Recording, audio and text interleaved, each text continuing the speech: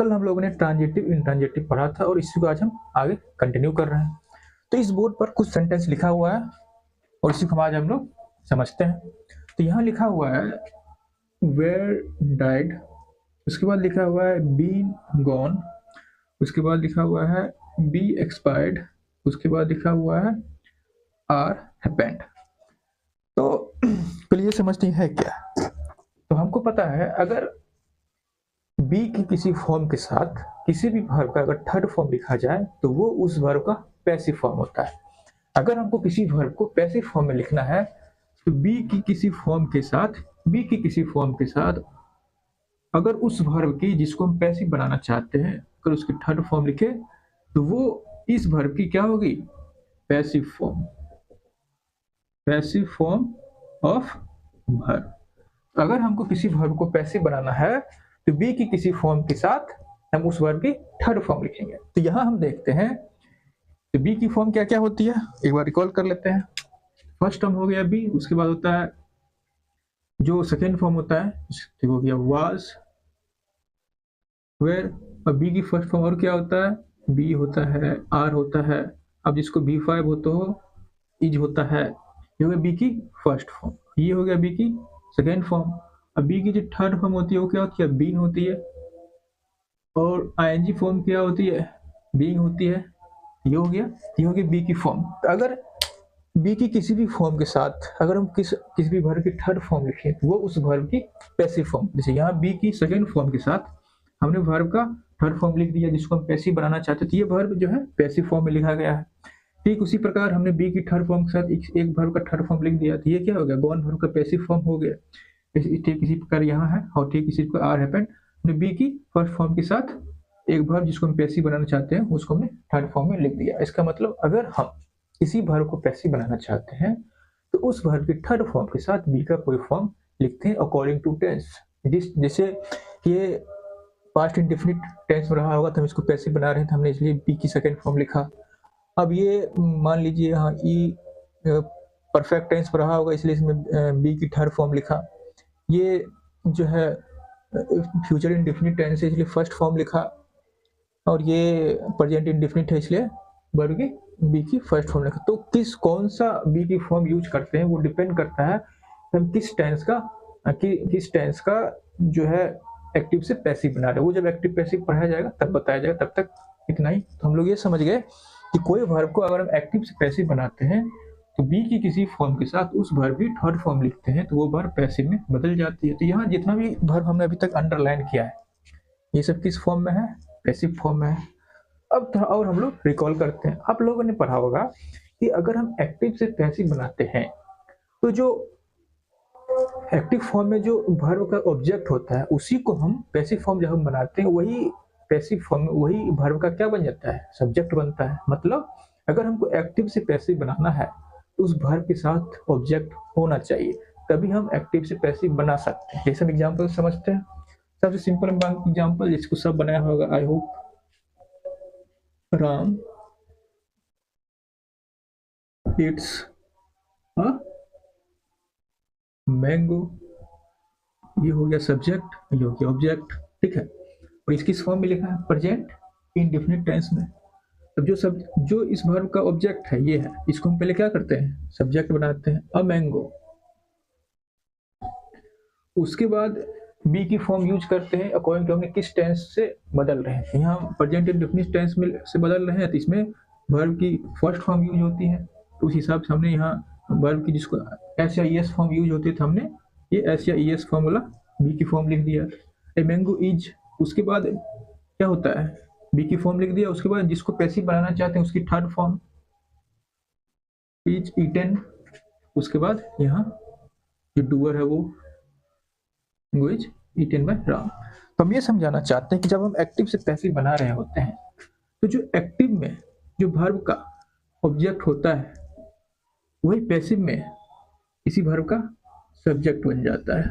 मतलब एक्टिव से पैसिव बनाते समय हमको उस वर्ब का ऑब्जेक्ट होना जरूरी है। अगर उसके बाद हमने कल क्या पढ़ा था, अगर कोई वर्ब जिसके पास ऑब्जेक्ट है वो क्या है, ट्रांजेक्टिव वर्ब। इससे क्या कंक्लूजन निकलता है, हम उसी वर्ब का पैसिव बनाया जा सकता है जो ट्रांजिटिव हो। मतलब जो वर्ब इंट्रांजिटिव होगा उसका पैसिव नहीं बनेगा। तो चलिए आपको सेंटेंस देखते हैं। तो जो वर्ब, इसको लिख लीजिएगा, इसको मिटा रहे हैं।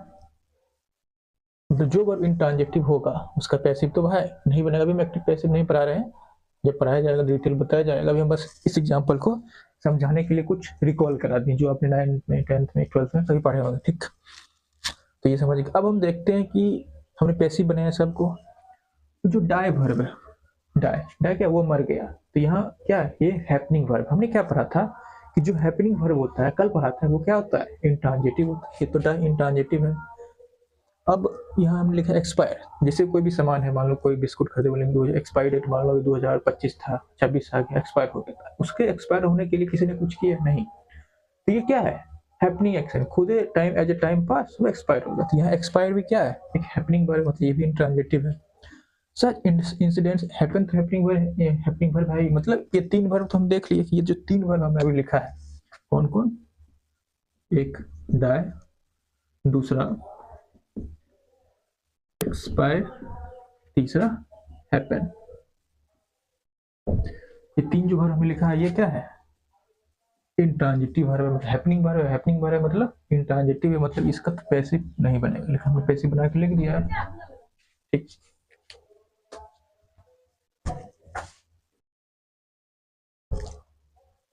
इसको हमने पैसिव बना के लिख दिया, मतलब ये गलत है, ये गलत है। हमने समझ गया, क्योंकि ये वर्ब हैपनिंग वर्ब है।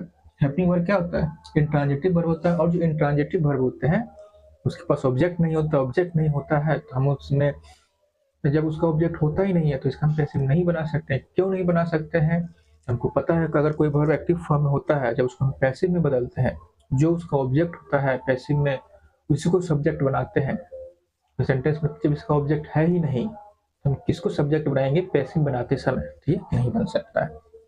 ये 3 हमने समझ लिया। अब हम इस गो वर्ब पर फोकस करते हैं। अब गो जो वर्ब है वो डूइंग वर्ब है। अब डूइंग वर्ब है तो ये ट्रांजिटिव भी हो सकता है और इंट्रांजिटिव भी हो सकता है।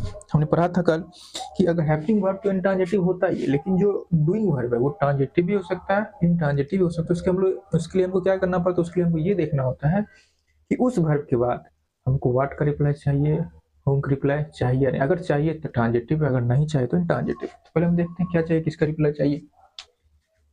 हमने लिखा दे गो। अब दे गो हम लिखेंगे क्या लेगा, दे गो व्हाट, क्या उसका रिप्लाई हमको चाहिए, नहीं। दे गो होम चाहिए रिप्लाई, नहीं। मतलब हमको यहाँ क्या रिप्लाई चाहिए, दे गो वेयर, यहाँ वेयर रिप्लाई चाहिए। मतलब यहाँ एडवर्ब होगा, दे गो लिख सकते हैं होम, कोई भी प्लेस का नाम, तो दे गो होम प्ले समथिंग, वो कहीं जाए, क्योंकि ये यहाँ कोई प्लेस होगा। ये क्या है, intransitive, they go to home, ऐसा लिखते हैं। ये वर्ब क्या है, इंट्रांजिटिव है, ठीक।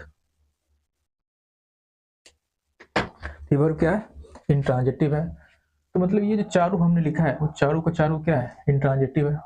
अब ये गो हमने डूइंग वर्ब था, हमने इसको इंट्रांजिटिव क्यों कहा, क्योंकि यहाँ व्हाट या होम का रिप्लाई नहीं चाहिए। हमने लिखा दे गो, हम क्या बोलेंगे, दे गो व्हाट बोलेंगे, दे गो व्हाट नहीं। तो यहाँ हमारे दिमाग में सवाल आएगा, तो दे गो वेयर, तो यहाँ वेयर का रिप्लाई चाहिए, मतलब ये एडवर्ब चाहिए इसके बाद ऑब्जेक्ट नहीं चाहिए। तो ये भी इंट्रांजिटिव, मतलब ये चारों को चारों क्या हो गया, इंट्रांजिटिव हो गया।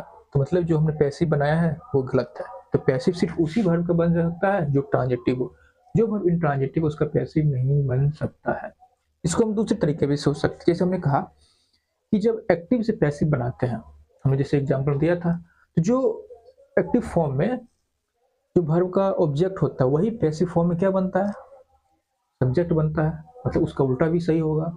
मतलब अगर ये पैसिव फॉर्म है, हम इसको भी सही मानते हैं, तो अगर ये पैसिव फॉर्म है तो जो अभी इसका सब्जेक्ट है, अगर हम इसको एक्टिव फॉर्म में बदलें तो फिर हम इसको ऑब्जेक्ट बना पाएंगे डाई वर्ब का। अगर हम ऑब्जेक्ट बना पाए इस सब्जेक्ट को इस डाई वर्ब का एक्टिव फॉर्म में बदलने के बाद, तो ये सही माना जाएगा। तब हम कोशिश करते हैं, हम देखेंगे many people were die that year.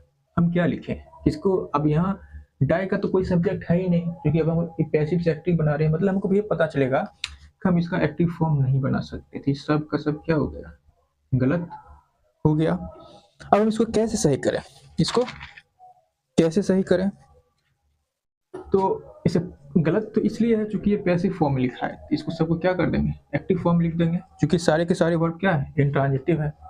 अब चूंकि इंट्रांजिटिव है तो फिर इसको ट्रांजिटिव बना दो, मतलब इंट्रांजिटिव है तो पैसिव फॉर्म में नहीं लिखे जा सकते, लेकिन एक्टिव फॉर्म में तो लिखे जा सकते हैं, सबको एक्टिव फॉर्म में लिख देते हैं। एक्टिव फॉर्म में लिखने के लिए क्या करना होगा, ये जो वेयर है इसको मिटा दो, आई हैव गॉन इसको मिटा दो, बीन को, यहाँ बी एक्सपायर, ठीक। उसके बाद हैपन, ये हो गया पैसिव फॉर्म। ये हमारा सेंटेंस है, ये हमारा सेंटेंस हो गया सही, ठीक। अभी हमारा सेंटेंस सही हो गया। अब इसको मिटा रहे हैं। तो इस सेंटेंस हम ये समझाना चाह रहे थे कि एक्टिव वॉइस जो आप पढ़े हो, एक्टिव से पैसिव वॉइस, तो एक्टिव से पैसिव उसी वर्ब का आप पैसिव फॉर्म बना सकते हो जो वर्ब ट्रांजिटिव हो। जो वर्ब इंट्रांजिटिव है वो हमेशा एक्टिव फॉर्म में ही लिखा जाता है, उसका पैसिव फॉर्म नहीं हो सकता है, ठीक। नोट देते हैं, मिटाते हैं। क्या नोट हुआ, क्या क्या नोट हुआ? नोट, अगर हमें किसी वर्ब को पैसिव फॉर्म में लिखना है, हम क्या करेंगे, बी की कोई भी फॉर्म, तो बी की क्या क्या फॉर्म होती है, is, SIS form, are, was, were, been, being. अगर बी की किसी फॉर्म के साथ वर्ब की थर्ड फॉर्म लिखें, जिस वर्ब को हम पैसिव बनाना चाहते हैं, तो वो क्या हो जाएगी, वो हो जाएगी वर्ब की पैसिव फॉर्म। ये हम समझे। दूसरा क्या समझे, इसको थोड़ा यहाँ लिख देते हैं। दूसरा हमने ये समझा कि फर्स्ट कि ओनली, ये भी मतलब only transitive verb have passive form. सिर्फ ट्रांजिटिव वर्ब का ही पैसिव फॉर्म होता है, इंट्रांजिटिव वर्ब का पैसिव फॉर्म नहीं होता है। क्यों? क्योंकि उसके पास, क्योंकि पैसिव बनाने के लिए हमको वर्ब का ऑब्जेक्ट चाहिए। क्यों चाहिए? क्योंकि जब एक्टिव से पैसिव बना रहे होते हैं तो जो वर्ब का ऑब्जेक्ट होता है उसी को हम सब्जेक्ट बनाते हैं। तो intransitive verb has intransitive verbs, थोड़ा लिख लो, verbs have intransitive verbs have only active form। तो इंट्रांजिटिव वर्ब का हमेशा एक्टिव फॉर्म ही होता है, उसको पैसिव फॉर्म में नहीं लिख सकते हैं। और जो ट्रांजिटिव वर्ब होता है उसी का ही पैसिव वॉइस बनता है, और जो ट्रांजिटिव वर्ब होता है उसी का पैसिव वॉइस बनता है और इंट्रांजिटिव वर्ब का नहीं बनता। ठीक, यहाँ कंक्लूजन निकल गया। और फिर आगे बढ़ते हैं।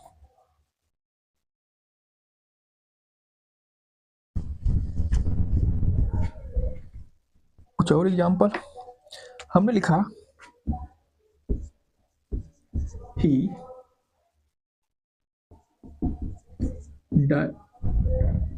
died them। दूसरा हमने लिखा he killed them, ऐसा लिखा। अब ये जो डाई वर्ब अभी हमने तुरंत पढ़ा, ये हैपनिंग वर्ब है, और किल जो वर्ब होता है वो डूइंग वर्ब होता है। तो डाई हैपनिंग वर्ब है, इसका मतलब ये हुआ कि इसके बाद तो ऑब्जेक्ट आएगा नहीं, इसके बाद तो ऑब्जेक्ट आएगा नहीं, तो हमको यहाँ कोई प्रीपोजिशन लिखना पड़ेगा। ठीक, लेकिन जो किल है वो डूइंग वर्ब। अब डूइंग वर्ब है तो हमको ये चेक करना पड़ेगा कि इसके बाद व्हाट या होम का रिप्लाई चाहिए या नहीं चाहिए। हम देखेंगे यहाँ चाहिए व्हाट का रिप्लाई, किल, होम लिखेंगे देयर। तो यहाँ कोई प्रीपोजिशन लिखने की जरूरत नहीं है, ये ऐसे ही सही है। ठीक, बट ये हैपनिंग वर्ब है, हमको प्रीपोजिशन लिखना होगा। चूंकि जो हैपनिंग वर्ब है हम उसके बाद डायरेक्ट ऑब्जेक्ट नहीं लिखते हैं, क्योंकि जो हैपनिंग वर्ब होता है उसका अपना ऑब्जेक्ट नहीं होता था, हम उसके लिए इसके बाद हमको क्या करना होगा, कोई प्रीपोजिशन लिखना होगा। ठीक है। और ये प्रीपोजिशन क्या कर रहा होगा, इस जो कि ऑब्जेक्ट है, जो कि ऑब्जेक्टिव फॉर्म में लिखा है, इस ऑब्जेक्टिव फॉर्म को इस दैट से रिलेट कर रहा होगा। हमने क्या पढ़ा था पार्ट्स ऑफ स्पीच में, जो प्रोनाउन जो प्रीपोजिशन होता है वो रिलेटिंग वर्ड होता है। वो क्या करता है, अपने बाद लिखे हुए किसी नाउन या प्रोनाउन को अपने से पहले किसी वर्ड से उसको रिलेट करता है। तो ये यहाँ जो प्रीपोजिशन लिखेंगे वो इस ऑब्जेक्ट को, जो कि ऑब्जेक्टिव फॉर्म में है, फिलहाल ऑब्जेक्ट है, ऑब्जेक्टिव केस में इस ऑब्जेक्ट को इस डाई वर्ब से रिलेट करेगा। तो अब जरूरत के हिसाब से कुछ भी हम लिख सकते हैं। जैसे हमने लिख दिया, क्या लिख दिया, he died, लिख दो बिकॉज ऑफ, ये भी लिख सकते हैं, या he died with, ये भी लिख सकते हैं, या he died for, ठीक, he died before, ठीक। तो ये सब जो प्रीपोजिशन है हम जरूरत के हिसाब से, जैसे जिस हिसाब से जरूरत होगा उस हिसाब से हम यहाँ लिख सकते हैं। जैसे ही डाइड बिकॉज, मतलब वो उनकी वजह से मरा, वो मरा। ये जो ऑब्जेक्ट है उसका ये काम हुआ, मरने का काम हुआ, क्यों, बिकॉज ऑफ, उनकी वजह से। तो ये जो हम जितना प्रीपोजिशन लिख रहे हैं वो इस ऑब्जेक्ट का रिलेशन बता रहा है इस डाई वर्ब से, ठीक। ही डाइड विद देम, मतलब उनके साथ मर गया। ही डाइड फॉर देम, वो उनके लिए मर गया।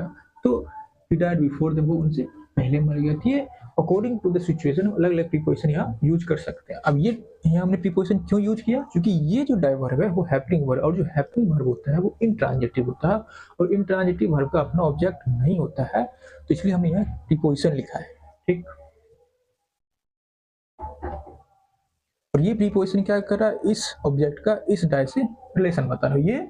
और ये जो किल है वो डूइंग वर्ब है, जो कि हैपनिंग, जो कि ट्रांजिटिव इंट्रांजिटिव दोनों हो सकता है। और हमने यहाँ देखा यहाँ व्हाट whom का रिप्लाई का जरूरत है, मतलब ये ट्रांजिटिव है, तो हमने डायरेक्ट इसका ऑब्जेक्ट लिख दिया, डायरेक्ट इसका ऑब्जेक्ट लिख दिया। यहाँ प्रीपोजिशन लिखने की जरूरत नहीं है, यहाँ प्रीपोजिशन लिखने की जरूरत नहीं है। तो इससे हम क्या कंक्लूड किए,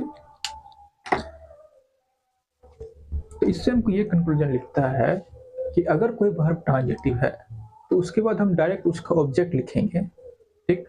और अगर कोई वर्ब इंट्रांजिटिव है तो हम उसके बाद डायरेक्ट, उसका तो ऑब्जेक्ट होगा ही नहीं, तो हमको क्या करना पड़ेगा, ऑब्जेक्ट, अगर उसका ऑब्जेक्ट नहीं होगा तो हमने क्या पढ़ा था कि अगर पार्ट्स ऑफ स्पीच में सिर्फ दो ही वर्ड है इसके पास ऑब्जेक्ट होता है, एक क्या होता है वर्ब का, एक क्या होता है प्रीपोजिशन का। अब ये जो है वो तो वर्ब का ऑब्जेक्ट हो ही नहीं सकता, क्योंकि हैपनिंग वर्ब है, हैपनिंग वर्ब इंट्रांजिटिव होता है। अब किसका ऑब्जेक्ट हो सकता है, प्रीपोजिशन का। तो हम अकॉर्डिंग टू द सिचुएशन यहाँ प्रीपोजिशन लिख लेंगे, ठीक।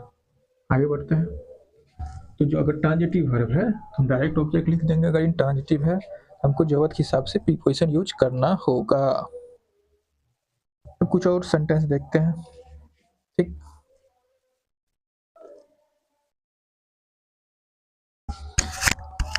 यहाँ हमने 4 सेंटेंस लिखा है और आपको देखना है ये चारों सेंटेंस सही है या गलत, किसके बेसिस पे, ट्रांजिटिव या इंट्रांजिटिव के बेसिस पे। अभी थोड़ा जो हम जो पढ़ाए थे कि अगर ट्रांजिटिव है तो उसके बाद डायरेक्ट उसका ऑब्जेक्ट आएगा, अगर इंट्रांजिटिव है तो उसका तो ऑब्जेक्ट हो नहीं सकता है, तो बीच में एक प्रीपोजिशन आएगा। तो उस हिसाब से हमको इस सेंटेंस को सही या गलत करना है। उसके बाद हमने कहा कि अगर कोई वर्ब ट्रांजिटिव है या इंट्रांजिटिव है वो डिपेंड करता है कि उसके बाद हमको व्हाट या होम का रिप्लाई चाहिए कि नहीं चाहिए। अगर व्हाट या होम का रिप्लाई चाहिए तो ट्रांजिटिव है, अगर व्हाट होम का रिप्लाई नहीं चाहिए तो वो इंट्रांजिटिव है। तो हमने देखिए यहाँ क्या लिखा है, ऑन प्रीपोजिशन है, यहाँ भी लैक एक ऑफ प्रीपोजिशन है, और यहाँ इन प्रीपोजिशन है, या टू प्रीपोजिशन है। तब या तो उसके बेसिस प्रीपोजिशन को हटना है, या तो जो प्रीपोजिशन लिखा है वो क्या है, सही है। हम देखते हैं the man did not stress on that matter.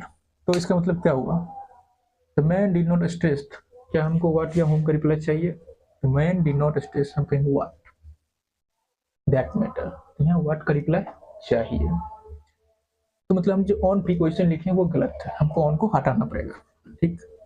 क्योंकि ट्रांजिटिव उसके बाद उसका डायरेक्ट ऑब्जेक्ट आएगा। हमने लिखा आगे, we don't lack of public support, we don't lack of public support. हम लिखा हाँ, खुद से सवाल पूछे, we don't lack of what, we don't lack what, हमको सीधे व्हाट चाहिए, ऑफ का जरूरत नहीं, we don't lack what public support. तो यहाँ ऑफ जो लिखा है गलत। अब आप ऐसे ही देखोगे तो most of the student had qualified what in the test, account of what this costly a car. तो यहाँ जितने भी वर्ब हैं उसके बाद हमको जो है वो व्हाट का रिप्लाई चाहिए, चाहे stress what, he stress what that matter, he lack what public support. Most of the student have qualified what the test. I can't afford what this costly car. आपको मतलब प्रीपोजिशन क्यों लगा पता है, क्योंकि आप हिंदी से इंग्लिश सीखना चाहते हो कि उसको पब्लिक सपोर्ट की कमी है, तो आप की वहाँ लिखा हुआ था वो ऑफ तो होना चाहिए, ऐसे नहीं है। इंग्लिश को इंग्लिश ग्रामर सिखाएगा, हिंदी को हिंदी ग्रामर सिखाएगा, ठीक है। इंग्लिश ग्रामर को हिंदी ग्रामर से मिक्स नहीं करना है। यहाँ सिंपल सा रूल है, अगर ट्रांजिटिव है डायरेक्ट उसका ऑब्जेक्ट आएगा, अगर इंट्रांजिटिव है तो उसका ऑब्जेक्ट नहीं आएगा, उसके बाद बीचिंग प्रीपोजिशन आएगा। चूंकि ये हमको व्हाट का रिप्लाई चाहिए, he did not stress what the matter, he don't lack what public support, सब जगह हमको व्हाट का रिप्लाई चाहिए। तो इसका मतलब हमने जो भी लिखा है प्रीपोजिशन वो गलत है, इसको सही करना है। ये प्रीपोजिशन हम मिटा दिए, ऐसे मिटा दिए, सही हो गया, ऐसे मिटा दिए, ये सही हो गया, ऐसे मिटा दिए, ये सही हो गया, और ऐसे मिटा दिए, ये सही हो गया। इसको लिख लीजिए, जो पहले लिखा था वो गलत था, अभी जो लिखे हैं वो सही है। तो आपको दोनों को लिखना है, ऐसे लिख लेना है तो प्रीपोजिशन लगा होगा। उसके बाद जो इतना एक्सप्लेन किया गया है कि ये क्यों गलत है, उसको इसको गलत करना है, सही लिखना है, ठीक है। तो फिर कुछ और एग्जाम्पल देखते हैं। तो यहाँ हमने कुछ और सेंटेंस लिखा है और हमको फिर से उसी बेसिस पर जो भी हम डिस्कस किए थे कि उसके बाद ट्रांजिटिव है तो डायरेक्ट ऑब्जेक्ट लिखेंगे, अगर इंट्रांजिटिव है तो उसके बाद डायरेक्ट ऑब्जेक्ट नहीं आएगा, उसका मतलब हमको बीचिंग प्रीपोजिशन लिखना पड़ेगा। तो उसी हिसाब से हमको इसको छांटना है। तो पढ़िए, he never blames on his friend. तो जैसे आप हिंदी से पढ़ोगे तो आपको ही उसने अपने दोस्त के ऊपर कभी he never blame on his friend, मतलब उसने अपने दोस्त को कभी बदनाम नहीं किया। उसने कभी अपने दोस्त के ऊपर, या ऊपर जब आता है तो इसलिए आपको लगता है ऑन, या बोलोगे उसने कभी अपने दोस्त को बदनाम नहीं किया। They couldn't access to the minister, उसने कभी वो मिनिस्टर तक नहीं पहुंच पाया, ठीक है। They could not access to the minister, वो मिनिस्टर तक नहीं पहुंच पाया। तो अब तक वैसे कुछ आता है, वहां तक यहाँ लगता है वो एक डायरेक्शन शो कर रहा है, ऐसा कुछ आपको अंदर प्रीपोजिशन का फीलिंग आने लगता है। क्योंकि आप हिंदी से इंग्लिश सीखना चाहते हो तो आपको हिंदी से इंग्लिश नहीं सीखना, हाँ आपको इसका हिंदी समझना है, लेकिन रूल्स जो होंगे वो ग्रामर इंग्लिश ग्रामर के होंगे। आप हिंदी ग्रामर के मतलब एज इट इज ट्रांसलेशन करना, वहाँ पर आता है तो यहाँ ऑन आना चाहिए, ऐसा कोई दिमाग में नहीं लाना। आपके दिमाग में आना चाहिए अगर वर्ब ट्रांजिटिव है तो उसके बाद ऑब्जेक्ट होगा डायरेक्ट, अगर इनट्रांजिटिव है तो ऑब्जेक्ट नहीं होगा, इसमें प्रीपोजिशन है। ऐसे बनाना है, हिंदी से इंग्लिश ट्रांसलेशन से नहीं सीखना है, नहीं तो आपको कभी सही नहीं बना पाओगे, ठीक है। He never blames on his friend, तो यहाँ पढ़ोगे ही नेवर ब्लेम्स हूँ, यहाँ होम का रिप्लाई चाहिए, यहाँ होम का रिप्लाई चाहिए।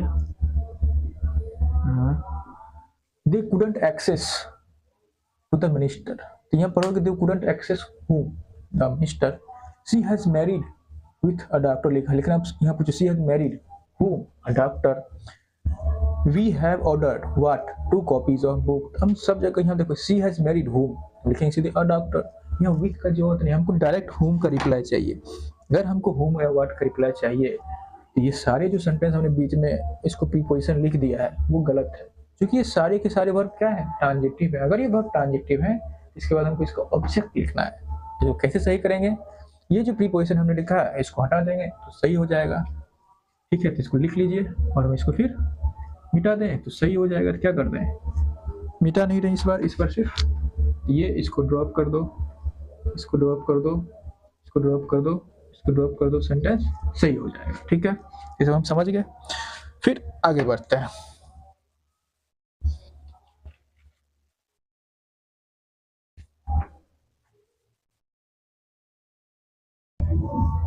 तो ये जो वर्ड हमने लिखा है ट्रांजिटिव वर्ब और इनट्रांजिटिव वर्ब, अगर हम इसको, ये जो वर्ड होते हैं, ये जो दोनों वर्ड है, ये दोनों वर्ड है क्या, ये दोनों वर्ड बेसिकली क्या है, ये क्या है, एडजेक्टिव है। ये क्या है, एडजेक्टिव है, जो कि क्या कर रहे हैं, वर्ब को डिस्क्राइब कर रहे हैं, ठीक है। अब आगे और देखें, इस दोनों वर्ड का जो बेस वर्ड का मतलब रूट वर्ड जिससे ये बना है क्या, ट्रांजिट, क्या ट्रांजिट। तो ट्रांजिट का मतलब होता है ट्रांसफर होना। ट्रांजिट का मतलब क्या होता है, ट्रांसफर, मतलब एक चीज का, किसी चीज का एक जगह से दूसरी जगह ट्रांसफर होना, ठीक है। मतलब तो अगर जो वर्ब है वो मान लो किसी एक्शन को रेफर कर रहा है, तो अगर सब्जेक्ट किसी एक्शन को परफॉर्म किया और सब्जेक्ट ने जिस एक्शन को परफॉर्म किया, अगर वो एक्शन का जो इफेक्ट है वो किसी पे ट्रांसफर हुआ, अगर ट्रांसफर हुआ मतलब ट्रांजिट हुआ, तो ट्रांजिट हुआ इसका मतलब वर्ब ट्रांजिटिव है। अगर एक्शन का इफेक्ट ट्रांसफर नहीं हुआ, ट्रांजिट नहीं हुआ, इसका मतलब वर्ब क्या है, इंट्रांजिटिव। और अगर एक्शन का इफेक्ट ट्रांजिट हुआ, तो अगर सब्जेक्ट है, सब्जेक्ट ने कुछ एक्शन परफॉर्म किया और वो जो एक्शन का इफेक्ट है वो ट्रांसफर हुआ, किसी पे ट्रांसफर हुआ, अगर ट्रांसफर हुआ तो वर्ब ट्रांजिटिव है। और जिसने उस एक्शन के इफेक्ट को रिसीव किया तो वो क्या हो गया, ऑब्जेक्ट हो गया। ठीक, ये उसके बारे में हम लोग पढ़ चुके हैं। इसका रूट वर्ड क्या है, ट्रांजिट। ट्रांजिट का मतलब क्या होता है, ट्रांसफर। अगर जो वर्ब एक्स जो जिस एक्शन को वर्ब रेफर कर रहा है उस एक्शन का इफेक्ट अगर ट्रांसफर हुआ, किसी पे ट्रांसफर हुआ, उस एक्शन का इफेक्ट को किसी ने रिसीव किया, तो अगर ट्रांसफर हुआ तो वर्ब ट्रांजिटिव हुआ, अगर ट्रांसफर नहीं हुआ तो वर्ब इंट्रांजिटिव हुआ। दूसरी बात, जिसने उस इफेक्ट को रिसीव किया वो क्या होता है, ऑब्जेक्ट होता है। इस पर हम चर्चा कर चुके हैं। तो वर्ब को हम ट्रांजिटिव इंट्रांजिटिव क्यों बोलते हैं, वह इफेक्ट का ट्रांसफर होता है, एक्शन का जो इफेक्ट होता है उसका ट्रांजिशन हो रहा था। मान लो हमने कोई एक्शन किया और वो इफेक्ट किसी पे रिसीव ही नहीं हुआ, तो वर्ब क्या हो जाएगा, इंट्रांजिटिव हो। इसको हम कुछ और एग्जाम्पल से समझते हैं। जैसे लिखा है कि ही, ठीक,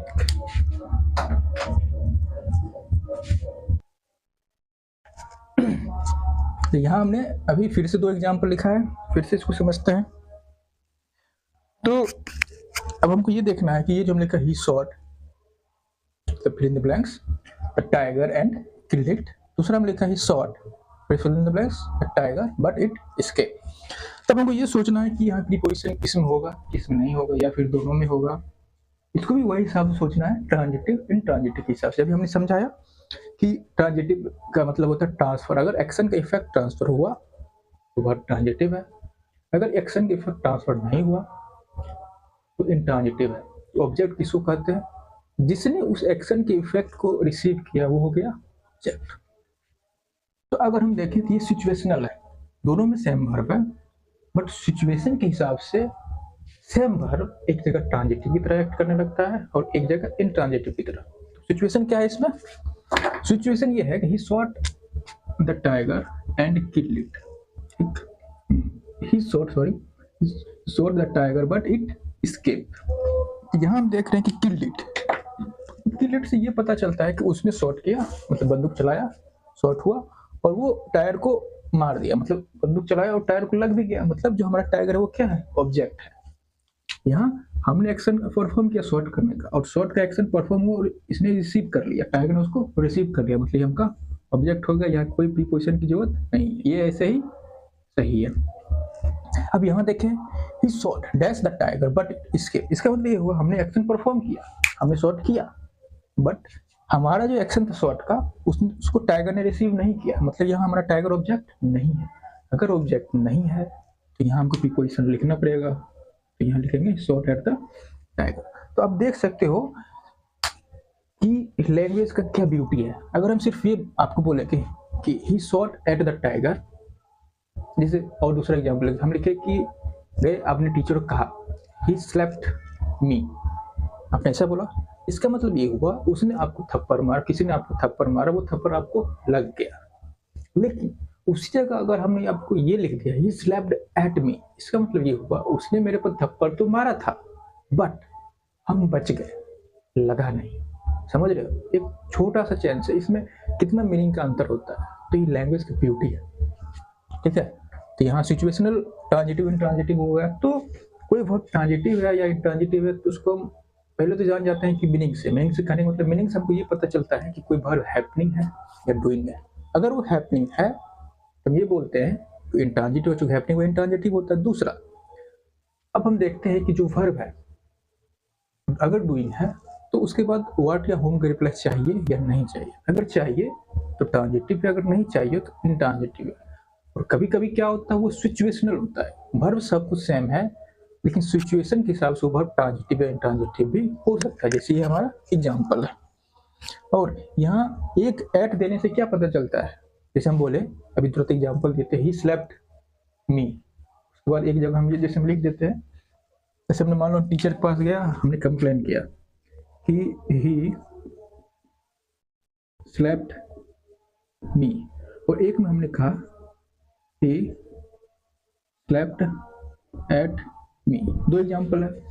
इसमें ये मतलब हुआ इसका कि उसने हमको एक्शन किया स्लैप करने का और हमको लग भी गया, लेकिन वही जब हम इसमें एट लिख देते हैं, इसका मतलब ये हुआ उसने हम पर एक्शन तो परफॉर्म किया, बट हम मान लो छिप गए, बच गए, नहीं हमको लगा नहीं। तो इस दोनों बस एट लिखने से क्या पता चलता है, एक थप्पड़ मारा और लग गया, एक थप्पड़ तो मारा लेकिन लगा नहीं। This is the beauty of language. तो अच्छे से समझिए। ठीक, तो आगे बढ़ते हैं।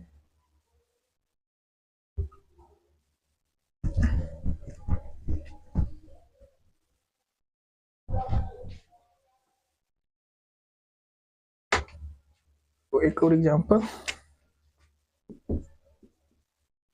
he shot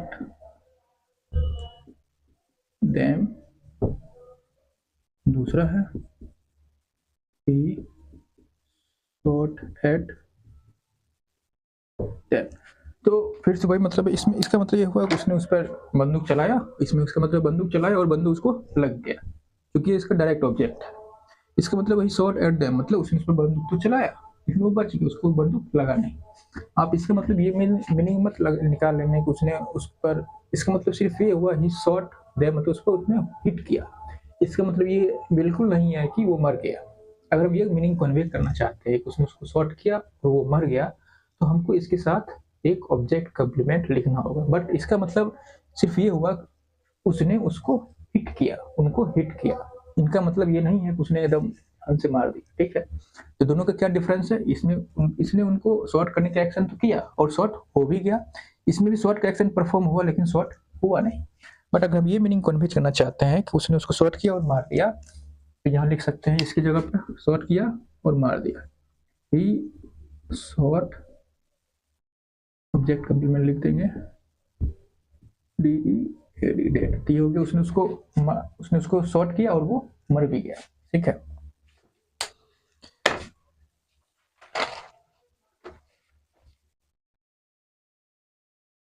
तो ट्रांजिटिव इंट्रांजिटिव खत्म हो गया।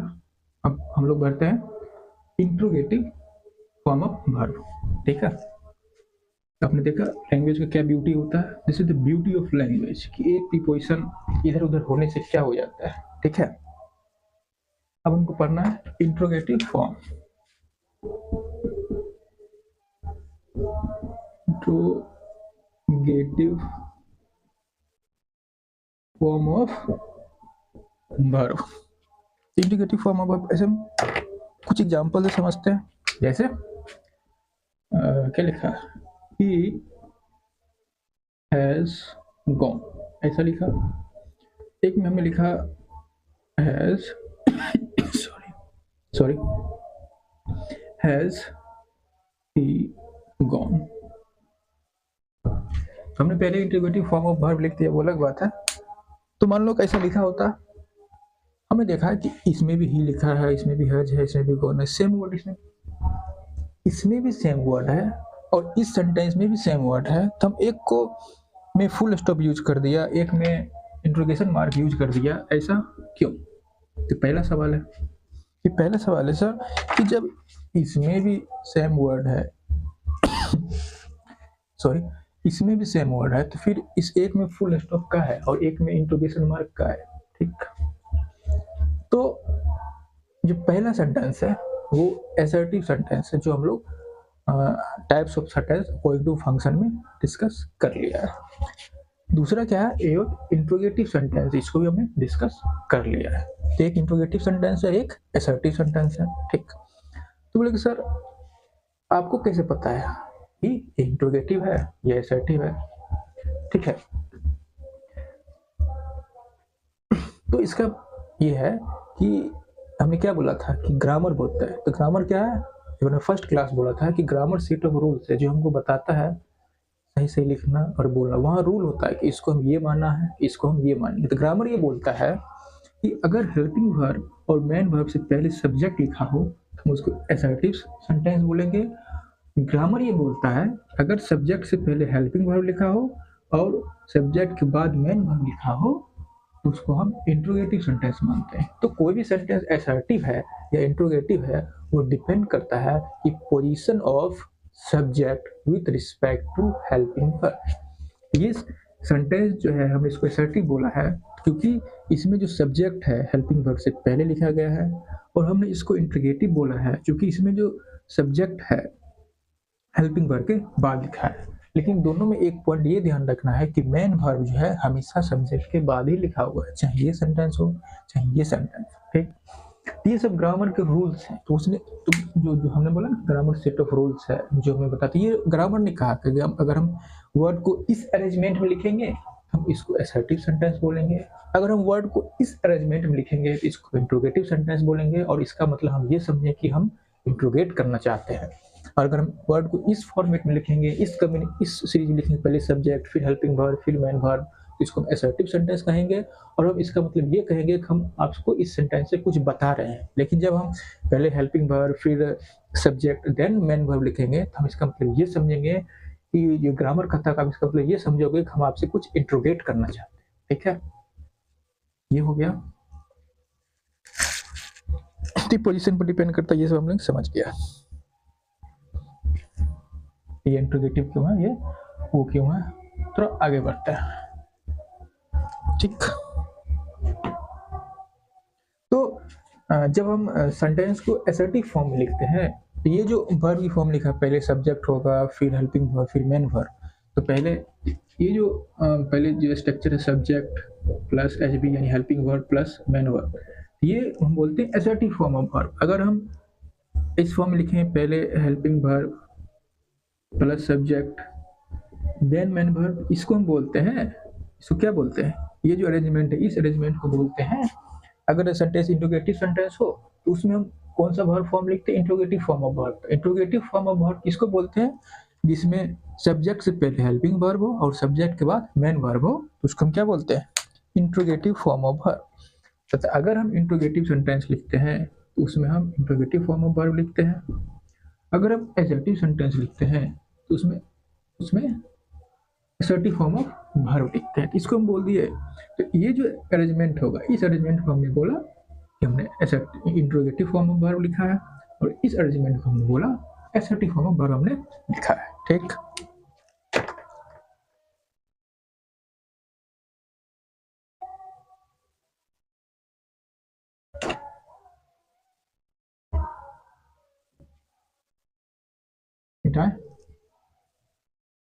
उसके बाद ये हो गया। अगर कोई जो इंट्रोगेटिव सेंटेंस है, अगर इंट्रोगेटिव सेंटेंस जो है वो यस नो आंसर टाइप है, कैसा है, यस नो आंसर टाइप है, तो किससे स्टार्ट होता है, हेल्पिंग वर्ब से, जिसको भी हम डिस्कस कर चुके हैं।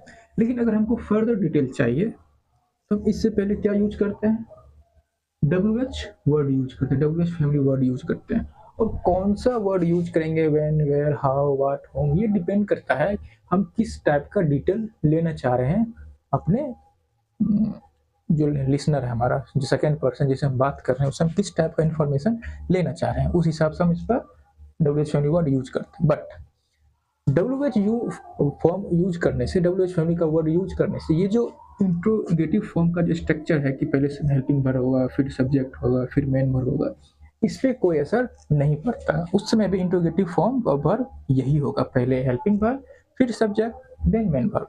अगर मान लो हम लिखा सेंटेंस लिखा, इसके साथ मान लो हम कोई WH वर्ड लिखना चाहते हैं, हम लिखें हैज ही गॉन, या लिख दिए। मान लो हम ये जानना चाहते हैं, हमको इन्फॉर्मेशन चाहिए कि वह किस प्लेस पे गया था, उसके रिलेटेड हमने एक वर्ड यूज कर लिया वेयर ही हैज गॉन, हम उसको क्या कर लें, इस हेल्पिंग वर्ड से पहले पुट कर दिए। ठीक, तो हमको मान लो कुछ इन्फॉर्मेशन चाहिए कि वह किस समय गया, तो हम टाइम के हिसाब से व्हेन प्रीपोजिशन लिख लेंगे, व्हेन हैज ही गॉन।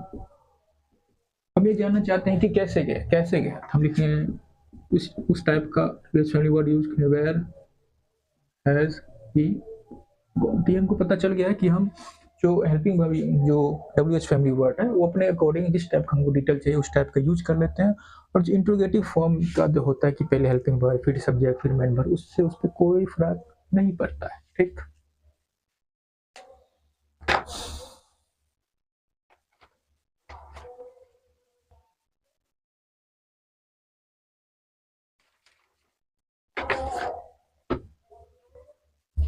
ये मैं देख लिया, मिटा रहे हैं। ये होगा इंट्रोगेटिव फॉर्म का स्ट्रक्चर कि पहले हेल्पिंग वर्ब आएगा, फिर सब्जेक्ट आएगा, फिर मेन वर्ब आएगा। ये जो फॉर्मेट है वो चेंज नहीं होना चाहिए, चाहे हम WH फैमिली वर्ड यूज करें या ना करें। एक और बात कि जब WH फैमिली वर्ड जो है वो सब्जेक्ट हो, जैसे सब्जेक्ट WH फैमिली वर्ड कौन, पहले तो ये जो है इंट्रोगेटिव एडवर्ब, जैसे वेयर जो है, जैसे वेयर है, सॉरी वेयर है, व्हेन है, वाई है, हाउ है, हाउ लॉन्ग है, ये सब जो वर्ड्स हैं ये सब इंट्रोगेटिव एडवर्ब है।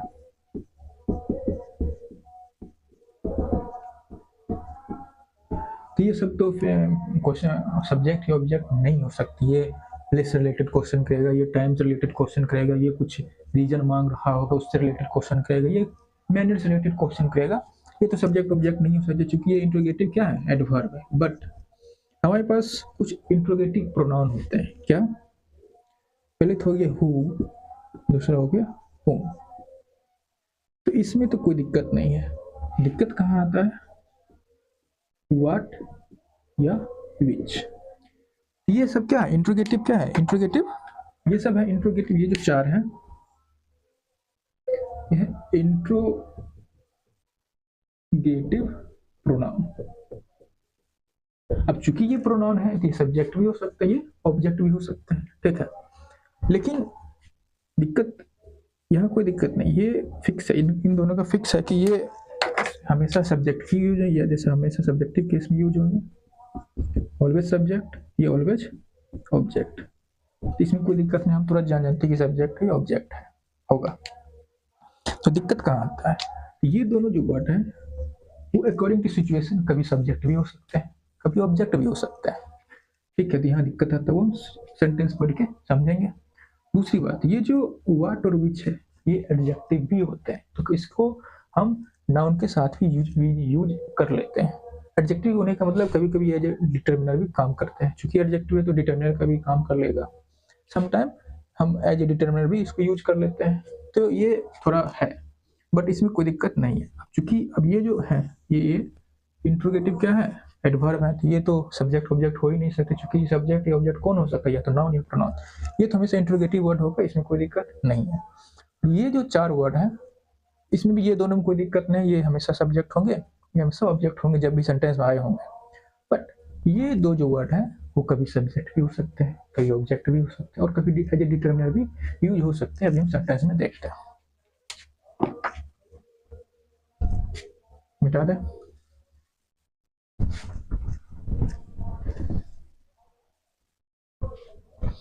तो हमने लिखा, क्या लिखा, कुछ 3-4 लिख लेते हैं, एक ही बार समझा देंगे। यहाँ हमने 3 सेंटेंस लिखा है। Why have you no friends? Why you have no friends? Where is living your uncle these days? हमने कहा था कि जो फॉर्मेट होता है इंट्रोगेटिव फॉर्म का, अगर हम कोई सेंटेंस उसको हम इंट्रोगेटिव सेंटेंस लिखें तो उसमें जो वर्ब का फॉर्म होता है वो इंट्रोगेटिव फॉर्म होता है। हम क्या बोले, फिर से बोल रहे हैं, अगर हम कोई इंट्रोगेटिव सेंटेंस लिखें तो उसमें जो वर्ब की फॉर्म हम यूज करते हैं वो क्या होता है, इंट्रोगेटिव फॉर्म यूज करते हैं। तो इंट्रोगेटिव फॉर्म क्या होता है, इंट्रोगेटिव फॉर्म होता है पहले helping verb plus subject and plus main verb. ठीक, ये स्ट्रक्चर है, इसी को हम यूज करके सेंटेंस को सही या गलत करें। अगर कोई WH फैमिली वर्ड है तो सिंपली यहाँ WH फैमिली वर्ड आ जाएगा, तो दिक्कत नहीं। अगर नहीं है तो हेल्पिंग वर्ब से स्टार्ट होगा। तो चलिए मिलाते हैं। तो यहाँ हमने कुछ सेंटेंस लिखा है, उसको हम इस जो फॉर्मूला इंट्रोगेटिव फॉर्म के हिसाब से छांटने वाले हैं।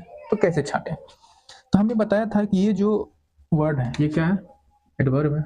एडवर्ब तो सब्जेक्ट हो नहीं सकता है, तो हमको पहले क्या चाहिए, सब्जेक्ट चाहिए, तो ये क्या हो गया, सब्जेक्ट। अब सब्जेक्ट से पहले क्या लिखा जाता है, हेल्पिंग वर्ब, तो हम इसको क्या बोलेंगे, ये क्या है, हेल्पिंग वर्ब। अब अगर ये हेल्पिंग वर्ब है तो इसका मेन वर्ब कहाँ है, तो मेन वर्ब होना चाहिए, क्योंकि मेन वर्ब नहीं है तो उस हिसाब से ये गलत है फिलहाल। अब इस सेंटेंस को देखते हैं, फिर वाई है तो वाई तो एडवर्ब होता है, ये सब्जेक्ट नहीं हो सकता है, ये क्या होगा, ये सब्जेक्ट होगा।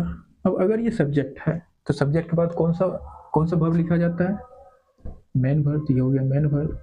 अब अगर ये मेन वर्ब है तो हमने कहा था कि सब्जेक्ट के बाद मेन वर्ब और सब्जेक्ट से पहले हेल्पिंग वर्ब, तो यहाँ हेल्पिंग वर्ब मिसिंग है, तो उस हिसाब से ये भी गलत है। Where is living your uncle, हमने कहा था इज लिविंग, ये हेल्पिंग वर्ब है, हमने एक्चुअली वर्ब और मेन वर्ब पढ़ चुका है, तो इसको हम हेल्पिंग वर्ब बोले थे। आपको याद होगा बी की जो फॉर्म होती है, कि बी की फॉर्म जैसे is, am, are, was, were, ये सबको हम टेंस फॉर्म करने के लिए यूज करते हैं। ये हो गया हेल्पिंग वर्ब, ये हो गया हमारा हेल्पिंग वर्ब, और ये हो गया हमारा मेन वर्ब। अब हम देखें कि ये जो हेल्पिंग वर्ब है और मेन वर्ब दोनों क्या है, साथ साथ लिखा हुआ है, लेकिन यहाँ देखो क्या है, पहले हेल्पिंग वर्ब, फिर बीच में सब्जेक्ट, फिर मेन वर्ब, मतलब तीनों का तीनों गलत है। अब हमको तीनों को सही करना है, तो कैसे सही करें, तो ये भी एडवर्ब, ये भी सब्जेक्ट नहीं हो सकता है, तो इसको तो सोचना ही नहीं, तो ये सब क्या है, इंट्रोगेटिव एडवर्ब। अब हमको क्या करना है, हेल्पिंग वर्ब को अलग करना है, बीच में सब्जेक्ट लाना है, तो ये सब्जेक्ट हो सकता है, दीज डे तो सब्जेक्ट हो नहीं सकता है, सब्जेक्ट ये है, तो हम क्या कर लेंगे, लिख देंगे where is your uncle living this day, तो मतलब इसको अगर हम यहाँ लिख दें तो सही हो जाएगा, तो वही कर देंगे, ठीक है।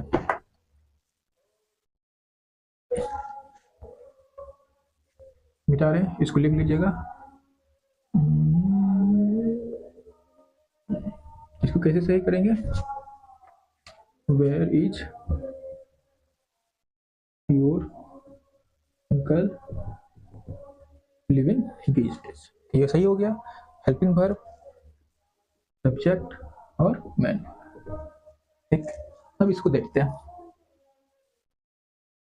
अब इसमें देखो हैव लिखे हैं, हैव क्या है, वर्ब की फर्स्ट फॉर्म है, तो वर्ब की फर्स्ट फॉर्म हम किस में यूज करते हैं, वर्ब की फर्स्ट फॉर्म प्रेजेंट टेंस में यूज करते हैं, और प्रेजेंट इंडेफिनिट टेंस में, ठीक, प्रेजेंट इंडेफिनिट टेंस और प्रेजेंट इंडेफिनिट टेंस, हम जब हम आपको एक्चुअली वर्ब पढ़ाए थे तो उसमें आपको क्या बताए थे कि अगर इंडेफिनिट टेंस का, वो भी प्रेजेंट इंडेफिनिट टेंस का हेल्पिंग वर्ब क्या होता है, डू या डज, तो यहाँ कौन सा वर्ब यूज होगा, डू। डू क्यों यूज होगा, क्योंकि सब्जेक्ट क्या है, सेकंड पर्सन है।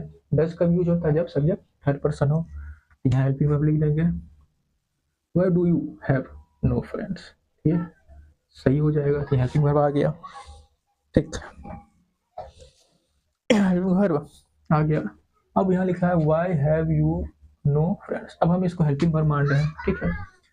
तो अब हम इसको ऐसे भी सही कर सकते हैं कि इसको इधर कर दें और इसमें डू लिख दें, या फिर अपने हिसाब से हमने यहाँ क्या किया, कोई मेन वर्ब लिख दिया, जैसे why have you only the invited,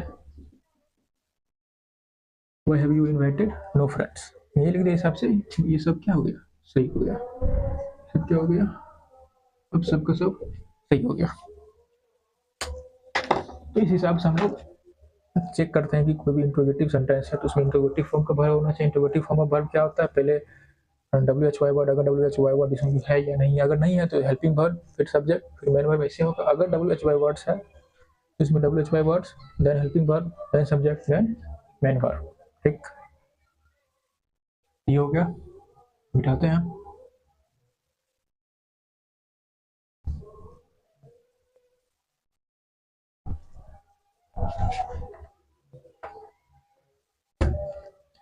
अब कुछ और है, एग्जाम्पल,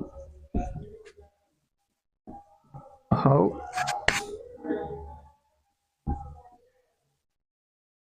शुड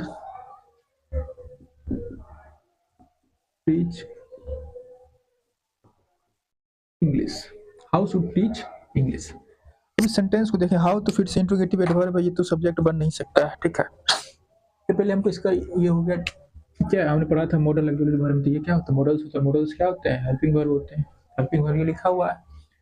टीच क्या है, मेन वर्ब है। जो हमने इंग्लिश वर्ड लिखा है, इंग्लिश टीच जो वर्ब है उसका सब्जेक्ट नहीं हो सकता, क्यों नहीं, इंग्लिश क्या है, एक सब्जेक्ट है, तो इंग्लिश को टीच करने का काम तो नहीं कर सकता है, मतलब सब्जेक्ट नहीं हो सकता है, तो फिर इसको हम सही कैसे करें? सही कैसे करें? या तुम अपने मन से एक सब्जेक्ट लिख दें यहाँ, या दूसरा तरीका ये है कि हम इसको क्या कर दें, पैसिव फॉर्म बना दें। तो पैसिव फॉर्म में क्या होता है, फिलहाल अभी क्या ये ऑब्जेक्ट हो सकता है, ये ऑब्जेक्ट हो सकता है। अगर हम पैसिव फॉर्म करेंगे तो ये इस चीज भर को क्या बन जाएगा, सब्जेक्ट बन जाएगा, तो फिर सही हो जाएगा। तो पहले हम क्या करते हैं, एक तरीका यह है कि हम अपने मन से एक सब्जेक्ट लिख दें। देखिए, how should one teach English, मतलब किसी को कैसे इंग्लिश पढ़ाना चाहिए। एक तरीका तो ये हो गया सही करने का। दूसरा तरीका है इंग्लिश जो, इसको हम पैसिव बना दें, पैसिव बना दें। अपने मन से हमने एक सब्जेक्ट लिख दिया। दूसरा तरीका क्या है कि हाउ, इसको हम पैसिव बना दें। क्योंकि ये जो इंग्लिश जो वर्ड है वो सब्जेक्ट नहीं बन सकता है, तो यहाँ ऑब्जेक्ट है, तो ऑब्जेक्ट को सब्जेक्ट बनाने के लिए हम लोग क्या करते हैं, पैसिव वर्ब यूज करते हैं। हाउ शुड ये अब सब्जेक्ट हो जाएगा, English be TAUGHT taught. How should English be taught, ये हो गया how should English be taught, how should English be taught.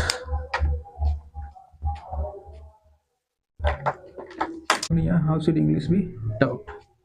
हमने अभी तुरंत पढ़ा था कि ये जो बी है, बी की किसी फॉर्म के साथ अगर हम वर्ब की थर्ड फॉर्म लिखें तो क्या हो जाता है, पैसिव फॉर्म हो जाता है। ये हो गया पैसिव फॉर्म। हमने पैसिव फॉर्म में क्यों लिखा, क्योंकि हमको वर्ब का जो ऑब्जेक्ट है उसको सब्जेक्ट बनाना था। क्योंकि ये जो हमने लिखा है वो डूअर नहीं हो सकता है। तो अगर हमको जो सब्जेक्ट, अगर हमारा सब्जेक्ट डूअर नहीं है तो हम क्या करते हैं, उस समय पैसिव वर्ब लिखते हैं।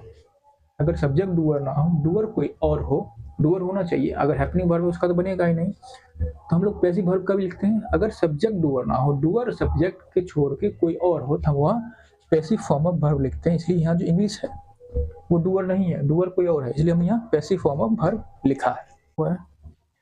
Why they have not come yet, तब हमने पढ़ा था एक सिंपल सेंटेंस है, एक सिंपल सेंटेंस है। तो हमने types of sentence according to structure पढ़ चुका है, उस हिसाब से कौन सा सेंटेंस है, ये हो गया हमारा सिंपल सेंटेंस। ठीक, उसको लिखा I know why have they not come yet. यहाँ से मेन क्लॉज और WH क्वेश्चन वर्ड से जो भी क्लॉज स्टार्ट होता है उसको हम सबनेट क्लॉज बोलते हैं, हम लोग पढ़ चुके हैं। और ये पूरा क्या हो गया, तो main clause plus subnet clause जोड़ के जो सेंटेंस बनता है वो क्या होता है, कम्प्लेक्स सेंटेंस। ये भी हम लोगों ने पढ़ लिया है। ठीक, तो एक सिंपल सेंटेंस है, तो why they have not come yet, हमने तो सिंपल सेंटेंस है तो इसमें तो कोई दिक्कत नहीं है। तो हमने क्या पढ़ा था कि पहले क्या होना चाहिए, व्हाई हो गया, they have not come yet. यहाँ गलती क्या है, यहाँ के लिए क्या होना चाहिए, हेल्पिंग वर्ब, फिर उसका सब्जेक्ट, फिर मेन वर्ब। तो यहाँ हम क्या गलती हो गया, तो इसको हम सही कर देते हैं। सिंपल सेंटेंस में कोई दिक्कत नहीं है, अभी तुरंत हम लोगों ने पढ़ा है। तो हम क्या करते हैं, ये चीज को उठा के यहाँ रख देते हैं, तो क्या होगा, सही हो जाएगा। तो पहले हेल्पिंग वर्ब चाहिए, फिर सब्जेक्ट चाहिए, फिर उसका मेन वर्ब चाहिए। तो सिर्फ वही कर रहे हैं, उठा के यहाँ रख दीजिए, सही हो जाएगा। फिलहाल ये गलत था, तो सिंपल सेंटेंस से सही हो गया। अब ये सेंटेंस क्यों गलत था, यहाँ तो पहले सब अच्छा लिखा हुआ है, have they not come yet. पहले तो पता था कि पहले हमको हेल्पिंग वर्ब चाहिए, ये गलत है। तो इसको हम सही करते हैं। सही कैसे करते हैं, तो इसको मिटा रहे हैं हम, इसको सही किया और सही करके हमें लिख दिया वाई, सही किया और हमें लिखा why have they not come yet, ये सही हो गया। अब कोई कहेगा सर ये देखो यहाँ why have they not come yet सही तो लिखा है, फिर हम बोले नहीं, हम फिर भी बोले नहीं गलत है। कोई दिमाग खराब, का गलत है, ये सही है तो फिर वो गलत का है। अब यहाँ एक रूल है, क्या रूल है कि जब भी हम इनमें जो कॉम्प्लेक्स सेंटेंस, अगर हम कॉम्प्लेक्स सेंटेंस को इंट्रोगेटिव फॉर्म लिखते हैं सिर्फ, तो उस जगह सिर्फ हम मेन क्लास को ही इंट्रोगेटिव फॉर्म में लिखते हैं। जो सबनेट क्लॉज होता है वो हमेशा असर्टिव फॉर्म में ही होता है। असर्टिव फॉर्म मतलब क्या होता है? असर्टिव फॉर्म का वर्ब कैसे लिखा जाता है? सब्जेक्ट वर्ब, सब्जेक्ट, फिर उसके बाद helping verb, then main verb. ऐसा क्यों सर? सबनेट क्लॉज को हम इंट्रोगेटिव फॉर्म में क्यों नहीं लिख सकते हैं? क्योंकि जो सबनेट क्लॉज होता है वो या तो नॉन होता है, या तो एडजेक्टिव होता है, या तो एडवर्ब होता है। वो मेन एक्शन नहीं होता। तो मेन एक्शन क्या होता है? मेन एक्शन होता है जो कि मेन क्लॉज में लिखा होता है। क्योंकि मेन एक्शन मेन क्लॉज में होता है, इसलिए जो हमारा इंट्रोगेशन होगा मेन एक्शन से ही होगा। तो हमारा इंट्रोगेशन मेन एक्शन से ही क्यों होगा? क्योंकि मेन एक्शन से ही होगा। क्योंकि मेन क्लॉज को हम इंट्रोगेटिव फॉर्म में क्यों लिखेंगे? क्योंकि हमारा इंट्रोगेशन मेन एक्शन से ही होगा। सबनेट क्लॉज के सर्टिव फॉर्म में क्यों लिखेंगे? क्योंकि उसमें लिखा गया एक्शन मेन एक्शन नहीं होता। क्योंकि वो एक नाउन क्लॉज या एडवर्ब क्लॉज या एडजेक्टिव क्लॉज होते हैं, उससे हम इंट्रोगेटिव फॉर्म में नहीं लिखते, वो हमेशा असर्टिव फॉर्म में लिखते हैं। ठीक, ये रूल था। तो अगर कोई ये भी लिख दे, मान लो ऐसा लिखा है, मान लो किसी ने लिख दिया ऐसा है, do you know why have they not come yet.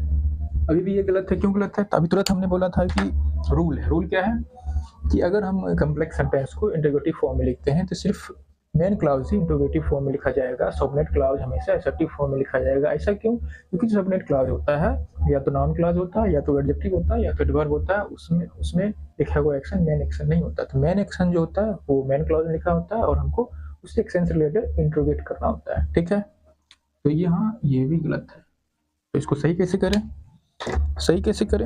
तो फिर सही कहीं कैसे करें? तो पहले आप ही बताइए।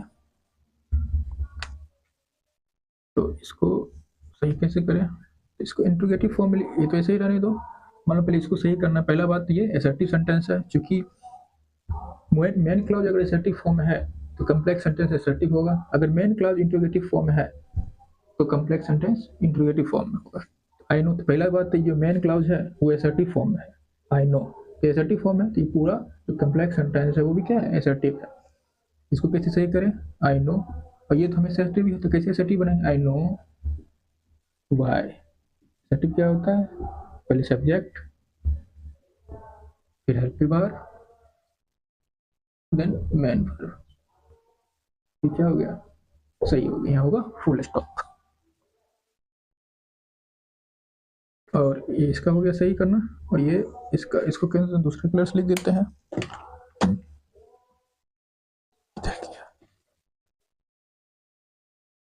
इसको इंट्रोगेटिव फॉर्म में ये अब ये चूंकि यहाँ मेन क्लॉज इंट्रोगेटिव फॉर्म में है, ये जो कम्प्लेक्स सेंटेंस है वो भी इंट्रोगेटिव कम्प्लेक्स सेंटेंस है। इसमें क्या करेंगे? यहाँ तक तो ठीक है, लेकिन ये जो लिखा है सबनेट क्लॉज वो असर्टिव फॉर्म में ही होगा, इसमें कोई चेंज नहीं होगा।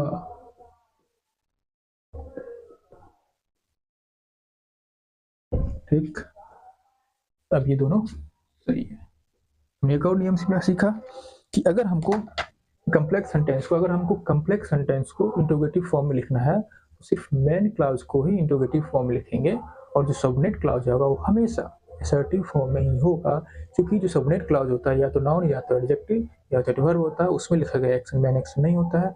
मेन एक्शन मेन क्लॉज में लिखा होता है, इसलिए हम इंट्रोगेट मेन एक्शन से रिलेटेड करते हैं। ठीक,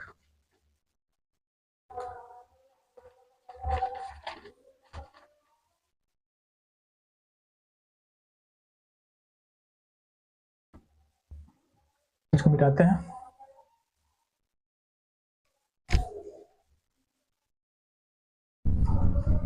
तो अभी तक हमने जो इंट्रोगेटिव वर्ड यूज किया था, व्हेन था, वेयर था, हाउ था, व्हेन, यही सब, वाई था, ये सब था, तो वो सब क्या थे? एडवर्ब थे। तो वो जो एडवर्ब थे वो सब्जेक्ट और ऑब्जेक्ट नहीं हो सकते थे। अभी हम यूज करने वाले अब इंट्रोगेटिव प्रोनाउन। तो अब उसमें क्या है वो देखते हैं। जैसे हमने लिखा, क्या लिखा? Who helped you there, who helped you there. ठीक, दूसरा इसको फर्स्ट ले लो। यहाँ में इंट्रोगेटिव प्रोनाउन यूज कर रहे हैं जो हमको लिखाए थे। whom you helped there।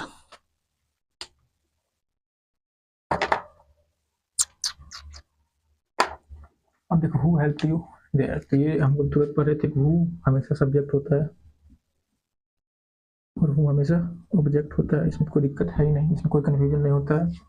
अब ये इस वर्ब के बाद लिखा है तो ये क्या रहा होगा, अब यहाँ सब्जेक्ट है तो ये ऑब्जेक्ट ही होगा, ठीक है, अब ऑब्जेक्ट है, ये क्या हो जाएगा मैन वर्ब, क्योंकि हम इंट्रोगेटिव फॉर्म में कैसे लिखा होता है, पहले सब्जेक्ट, पहले हेल्पिंग वर्ब फिर सब्जेक्ट फिर मेन वर्ब, ये सब्जेक्ट है तो इसके बाद क्या आएगा मैन वर्ब आएगा, हेल्पिंग वर्ब तो आएगा नहीं। अब ये ऑब्जेक्ट है, उसके बाद ये क्या है हेल्पिंग वर्ब है, और हेल्पिंग वर्ब से हेल्पिंग वर्ब ये एक वर्ब है, और वर्ब से पहले जो आया है वो क्या होगा सब्जेक्ट होगा।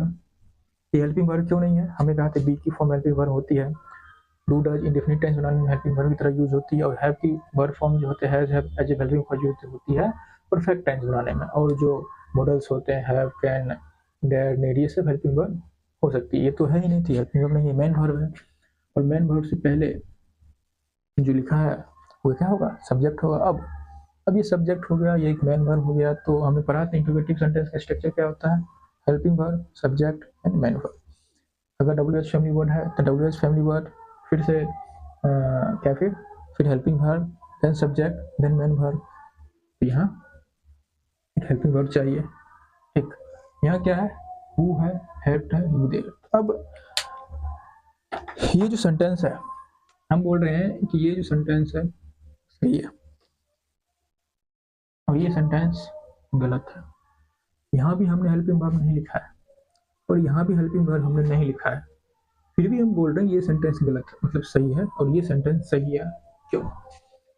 तो एक रूल, फिर से रूल आएगा, क्या रूल आया देखिएगा कि अगर कोई हम इंट्रोगेटिव सेंटेंस लिखें और उसमें डब्ल्यू एच फैमिली वर्ड जो हो एज ए सब्जेक्ट यूज हो रहा हो, तो फिर हमको सिर्फ सब्जेक्ट के बाद मेन वर्ब लिखने की जरूरत है, हेल्पिंग वर्ब लिखने की कोई जरूरत नहीं है। तो यहाँ हेल्पिंग वर्ब डू डज या कोई भी हेल्पिंग वर्ब लिखने की जरूरत नहीं, क्योंकि यहाँ सब्जेक्ट हमारा क्या है, अगर subject W H family word हो इंट्रोगेटिव सेंटेंस में तो हमको वहाँ हेल्पिंग वर्ब लिखने की जरूरत नहीं पड़ती है, डायरेक्ट क्या लिख दो subject and then main verb, ठीक सही है। बट यहाँ डब्ल्यू एच फैमिली वर्ड जो है वो ऑब्जेक्ट है सब्जेक्ट नहीं, तो जैसा प्रीवियस रूल था फिर से वही रूल चलेगा, तो यहाँ हमको एक हेल्पिंग वर्ब लिखना पड़ेगा। तो यहाँ क्या लिखा है whom you help there, तो यहाँ इसको पढ़ने से लग रहा है क्या ये पास्ट इंडेफिनिट होगा, तो उस हिसाब से यहाँ डिड लिख देते हैं।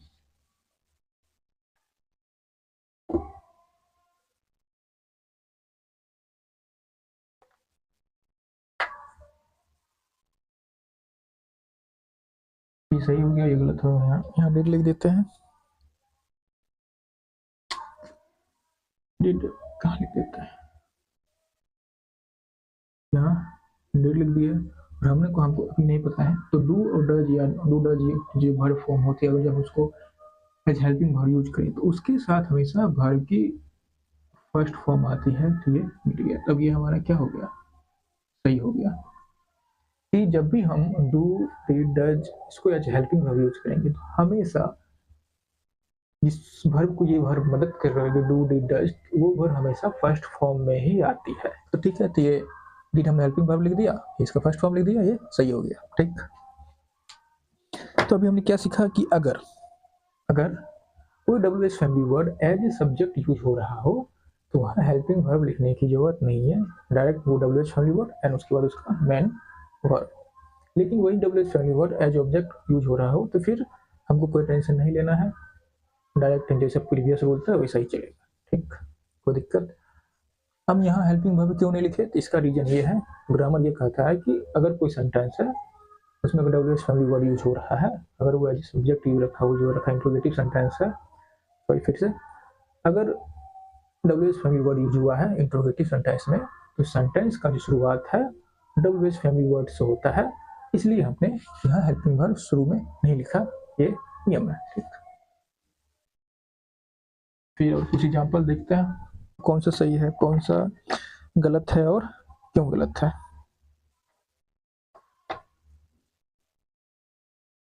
फिर से वही एक्सप्लेनेशन कि यहाँ ये मतलब ये हु जो डब्ल्यू एच फैमिली वर्ड है या जो सब्जेक्ट यूज हुआ है तो डायरेक्ट यहाँ मेन वर्ब लिखेंगे और ये ऑब्जेक्ट हो गया और ये सही हो गया, तो यहाँ इसके पहले हमको हेल्पिंग वर्ब लिखने की कोई जरूरत नहीं है।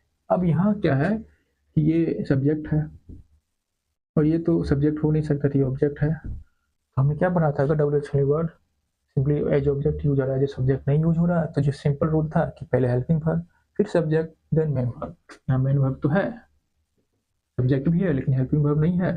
तो सिचुएशन के हिसाब से यहाँ पास्ट परफेक्ट लग रहा है, तो इस हिसाब से हमने हेल्पिंग वर्ब लिख दिया डिड। और क्योंकि हमने अभी तुरंत बोला था डू डज जब एज हेल्पिंग वर्ब यूज हो तो उसके साथ वर्ब की फर्स्ट फॉर्म आती है, हो गया चीज। ठीक, ये सही हो गया। दिक्कत आता है जब हम तीसरा चौथा हो गया, जब हम विच और वाट को as a WH word use करते हैं, इंट्रोगेशन में यूज करते हैं, वाट देयर। तो डिस्टर्ब जो वर्ब होता है हेल्पिंग वर्ब नहीं होता, वो मेन वर्ब होता है। तो यहाँ एक ये मेन वर्ब है। अब मेन वर्ब से पहले जो लिखा है वो क्या होता है, सब्जेक्ट। अब ये सब्जेक्ट है, ये क्या होगा, ये ऑब्जेक्ट होगा, यहाँ हेल्पिंग वर्ब चाहिए।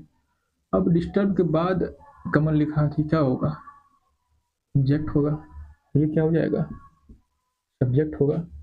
और डिस्टर्ब कमल देयर, ये जो है क्या हो गया, सही हो गया। जैसे हमने अभी हु में एक्सप्लेनेशन दिया था, सेम एक्सप्लेनेशन। और ये यहाँ यह जो ऑब्जेक्ट काम कर रहा है, जैसे होम में क्या था, हमको एक हेल्पिंग वर्ब लिखना पड़ता था, यहाँ भी एक हेल्पिंग वर्ब लिखना पड़ेगा। तो क्या हेल्पिंग वर्ब लिखे, अभी तक तो लिखते आ रहे हैं, तो बताइए क्या लिखेंगे हम। फिर से वही चीज, यहाँ वर्ब की सेकंड फॉर्म है। तो अब हम आपको कोई सवाल पूछेगा, सर आप डिड ही क्यों यूज करते हो, तो इसका एक्सप्लेनेशन थोड़ा देते हैं। मान लो कि अगर हम मान लो कि पहले यहाँ तो थर्ड फॉर्म लिखा है, या तो हम इसको थर्ड फॉर्म बोलोगे या तो सेकंड फॉर्म।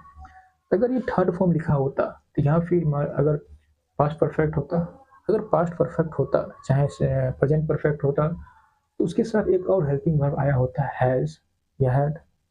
या फिर अगर पास्ट परफेक्ट होता तो हैड आया होता, अगर प्रेजेंट परफेक्ट होता तो हैज आया होता। यहाँ कोई हेल्पिंग वर्ब नहीं लिखा हुआ है।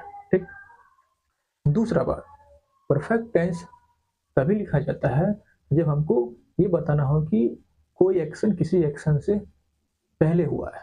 यहाँ हमने तो वो पहले हुआ है, तो वो एक्शन किस एक्शन से पहले हुआ है तो उसका रेफरेंस होना चाहिए। ठीक है, तो ऐसा कुछ है नहीं, इसलिए हम यहाँ सीधे पास्ट इंडेफिनिट लिख रहे हैं। ठीक, पास्ट इंडेफिनिट मान रहे हैं, उस हिसाब से सिंपली यहाँ क्या लिख दिए, डिड। डिड के साथ वर्ब की फर्स्ट फॉर्म यूज होती है, तो हमने फर्स्ट फॉर्म लिख दिया। ये भी अब सही हो गया, ये तो सही था ही। तो ये हो गया, मिटा रहे हैं। तो हमको ये समझना होता है कि ये मेन वर्ब है, तो मेन वर्ब या जो भी आएगा, हमने कहा था मेन वर्ब का उसका क्या आता है, ऑब्जेक्ट आता है, तो ये ऑब्जेक्ट ही होगा। और उससे पहले उसका सब्जेक्ट आता है। अगर WH family word as a subject use हो तो हमको हेल्पिंग वर्ब लिखने की कोई जरूरत नहीं है। और WH फैमिली यहाँ अब मेन वर्ब है, मेन वर्ब से पहले क्या आता है, उसका सब्जेक्ट आता है, तो ये सब्जेक्ट होगा। अगर ये सब्जेक्ट हो गया, ये व्हाट ऑब्जेक्ट ही रहा होगा। अगर ये ऑब्जेक्ट है, जैसे जनरल रूल था इंट्रोगेटिव फॉर्म लिखने का, पहले हेल्पिंग वर्ब फिर सब्जेक्ट देन मेन वर्ब, तो वो यहाँ फॉलो होगा। ठीक, अब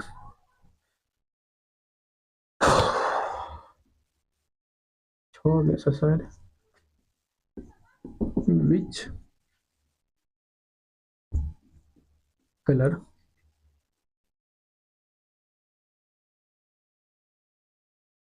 मोहन likes